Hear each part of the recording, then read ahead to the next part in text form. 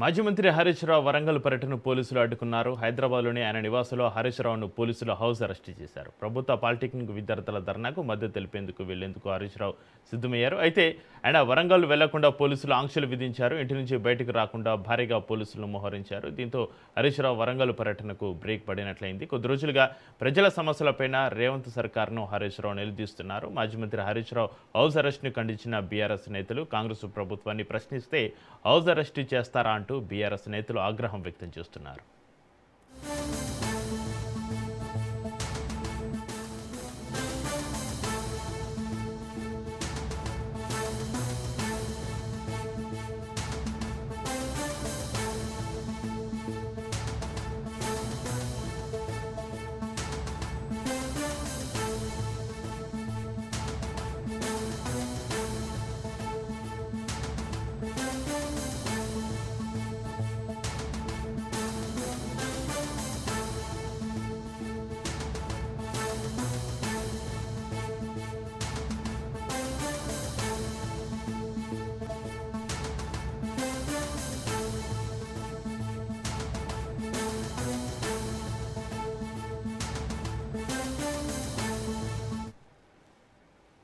Right, ఇక ఇదే అంశంపైన స్పందించడానికి మనకు అందుబాటులో ఉన్నారు బీఆర్ఎస్ నాయకులు ఎర్రల శ్రీనివాస్ గారు. శ్రీనివాస్ గారు, గుడ్ మార్నింగ్ అండి.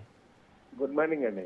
శ్రీనివాస్ గారు, పాలిటెక్నిక్ విద్యార్థుల ధర్నాకు మద్దతు తెలిపేందుకు వెళ్లేందుకు హరీష్ రావు సిద్ధమయ్యారు. అయితే ఆయన వరంగల్ వెళ్లకుండా పోలీసులు ఆంక్షలు విధించారు. ఇంటి నుంచి బయటికి రాకుండా భారీగా పోలీసులను మోహరించారు. దీంతో హరీష్ రావు వరంగల్ పర్యటనకు బ్రేక్ పడినట్లేనా? ఇక హరీష్ రావు హౌస్ అరెస్ట్ పైన, ప్రభుత్వ చర్యలపైన మీరేం చెప్తారు శ్రీనివాస్ గారు? ప్రభుత్వము పనులు చేయదు. ప్రజలకు ఇచ్చినటువంటి హామీల గురించి మాట్లాడదు. ప్రజల హామీల గురించి మాట్లాడితే ఆంక్షలు పెడుతుంది. ప్రజలకు ఇచ్చినటువంటి హామీలు ఏ ఒక్కటి నెరవేర్చలేదు. ఇలా ఈ రంగం ఆ రంగం కాదు, అన్ని రంగాలు కూడా రోడ్ల మీదకి వచ్చి ధర్నాలు చేసి నిరసనలు చేసే పరిస్థితి 3 సంవత్సరాల కాంగ్రెస్ పాలనలో ఇలా ప్రారంభమైంది. వాటిని సరిదిద్దుకునే ప్రయత్నం కాంగ్రెస్ ప్రభుత్వం చేస్తలేదు. వాటి సమస్యలు మేము ఎక్కడికక్కడ మా హరీష్ రావు గారు, కేటీఆర్ గారు మేము ఎత్తి చూపుతున్నాం. ఎత్తి చూపితే వాటిని పరిష్కరించాల్సింది పోయి మమ్మల్ని హౌస్ అరెస్టులు చేసి నిర్బంధాలు పెడితే ఏం ప్రయోజనం? మీరు ప్రభుత్వము ఫెయిల్ అయింది కాబట్టి ప్రతిపక్షంగా మేము వాటిని ప్రశ్నిస్తా ఉన్నాం. ప్రశ్నిస్తుంటే మా పైన అక్రమ అరెస్టులు, అక్రమ నిర్బంధాలు, హౌస్ అరెస్టులు చేసి ఏం ప్రయోజనం ఉంటది? ప్రభుత్వానికి చిత్తశుద్ధి ఉంటే ప్రజలకు ఇచ్చినటువంటి హామీల గురించి మాట్లాడుకొని వాటి మీద సమీక్ష చేసుకొని సమస్యను పరిష్కారం చేసుకునే విధంగా ప్రభుత్వం పనిచేయాలి. మీ దృష్టికి వస్తలేవు, మేము మీ దృష్టికి తెచ్చినాం, వాటి మీద కూడా సమీక్ష లేకపోవడం బాధాకరం. ప్రభుత్వం మేము బయటకు వెళితే భయపడతా ఉన్నది. నిజంగా మీరు పని చేస్తా పోతే, మీరు సమస్యలు పరిష్కరించుకుంటూ పోతే ఇలా రోడ్ల మీదకి ఇంతమంది, ఇన్ని వర్గాలు రోడ్ల మీదకి రారు కదా, ఇంత నిరసన తెలపరు కదా. ఇలా మేము ఎక్కడికి వెళ్ళినా కూడా పోలీసులను పెట్టి నిర్బంధించేటువంటి ప్రయత్నం, కట్టడి చేసే ప్రయత్నం ప్రభుత్వం చేస్తా ఉన్నది. మేము దీన్ని తీవ్రంగా ఖండిస్తా ఉన్నాం.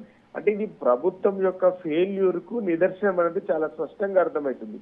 ఒక్క సమస్య కాదు, అన్ని రంగాల ప్రజలు, అన్ని వర్గాల ప్రజలు రోడ్ల మీదకి వచ్చి ఇలా మా పరిస్థితి ఏంది అనేటువంటి భావన ప్రజలు ఒక గందరగోళమైనటువంటి పరిస్థితి నెలకొన్నది. ఇలా హైదరాబాద్ లో 22A పెట్టిండ్రు. తెలంగాణ మొత్తం దాదాపుగా 1 కోటి ఎకరాల భూమిని, ప్రైవేట్ భూమిని, పట్టా భూమిని ఇలా ప్రభుత్వం ఉద్దేశపూర్వకంగా 22Aలో పెట్టి ప్రజలను ఇబ్బంది పెడతా ఉంది. వాళ్ళ గురించి మేము మాట్లాడాలి కదా. ఇలా 97 జీవో తీసుకొచ్చి పాలిటెక్నిక్ విద్యార్థులను యంగ్ ఇండియా స్కిల్ యూనివర్సిటీలో కలిపే ప్రయత్నం చేస్తా ఉన్నారు. కనీసం విద్యార్థుల యొక్క జీవితాల గురించి ఈ ప్రభుత్వం ఒక్కరోజైనా ఆలోచన చేసిందా? అయితే శ్రీనివాస్ గారు, ఇక్కడ పాలిటెక్నిక్ విద్యార్థుల సమస్యలను పరిష్కరించడం కంటే ఈ అంశాన్ని రాజకీయంగా వాడుకుని మైలేజ్ పొందడమే బీఆర్ఎస్ ప్రధాన ఉద్దేశమా అంటూ కూడా కాంగ్రెస్ నేతలు ప్రశ్నిస్తున్నటువంటి పరిస్థితి.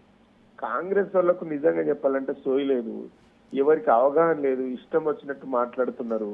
అంటే నోరు పెద్దగా చేసి మాట్లాడితే, అబద్ధాలు మాట్లాడితే, అధికారంలో ఉన్నాం కాబట్టి ఏది పడుతుంది మాట్లాడితే చెల్లుబాటు అవుతుంది, మమ్మల్ని ప్రజలు నమ్ముతుండ్రు అని అనుకుంటున్నారు. నిజంగా అవగాహన కొంచెమన్నా జ్ఞానంతో మాట్లాడాలి.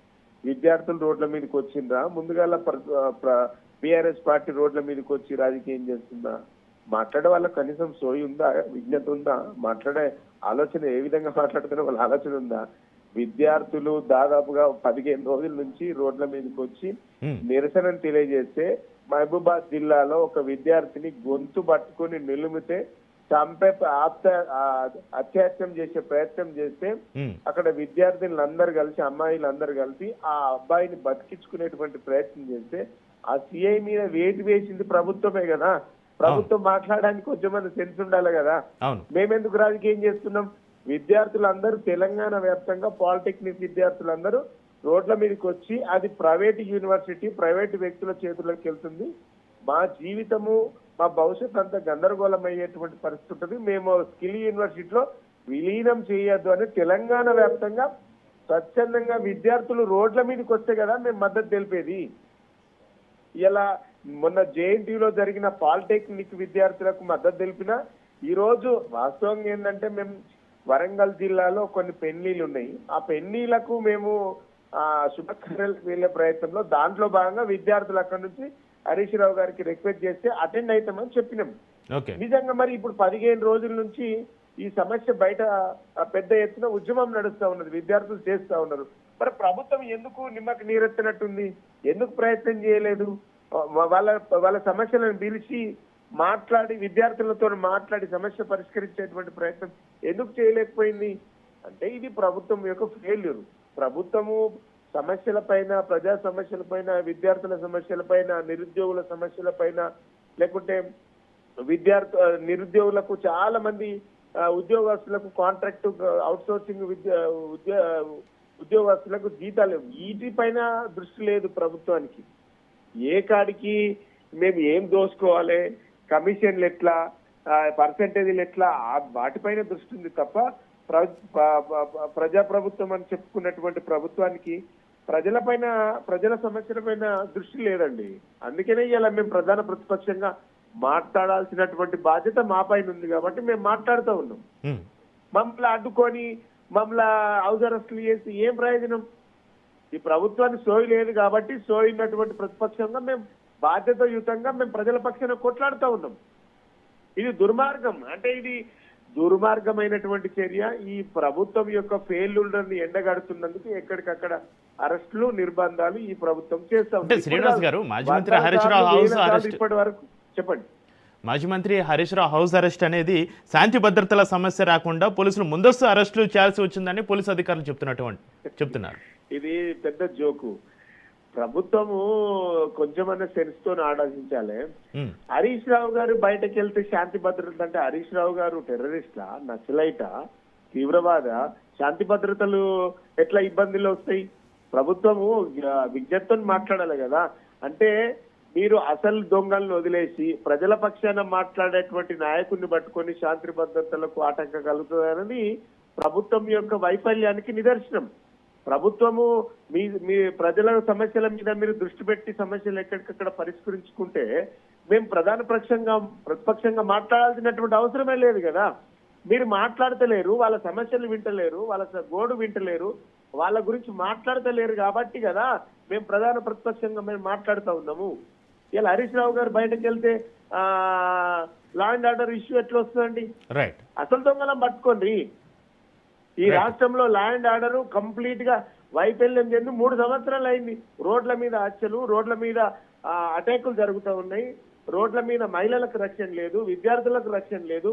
ఎవరికి రక్షణ ఉంది ఇక్కడ? రైట్, థ్యాంక్ యూ శ్రీనివాస్ గారు.